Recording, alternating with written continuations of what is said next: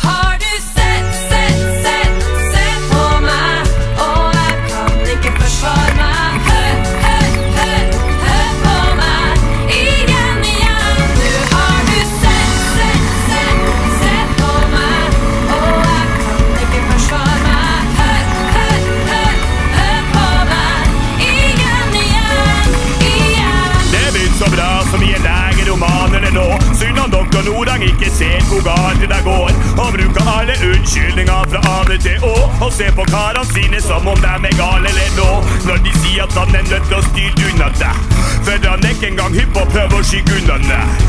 Jo da, han har virkelig prøvd å stoppe det, men så på tuppa du for en kanskje pokker ikke ofte. Der er bluss med svake mennesker og sånt det, så var det det vi sirkusspinnende på loftet, før inntil du la meg få fred. Har jeg mine demoner som jeg vil pent nødt til å slås med. Se på meg, og jeg kan ikke forsvare meg.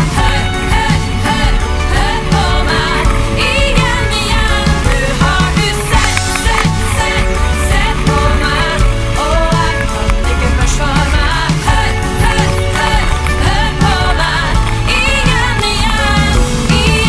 Du har et sterkere tak enn godt det, jeg vet godt det, men lar det stå til. Det er som små godter for en kid med ADHD. Det er bare sånn det, man kan håpe det. Jeg er endelig klar å forstå det.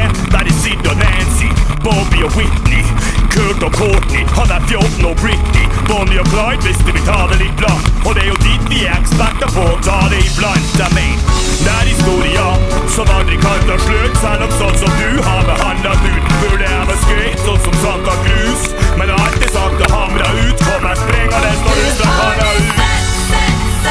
Se på meg, og jeg kan ikke forsvare meg.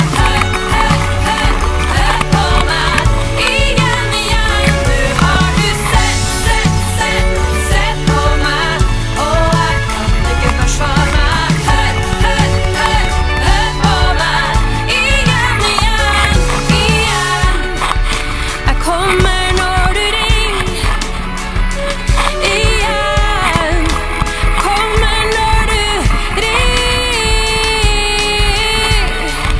Jeg kommer når du ringer, igjen.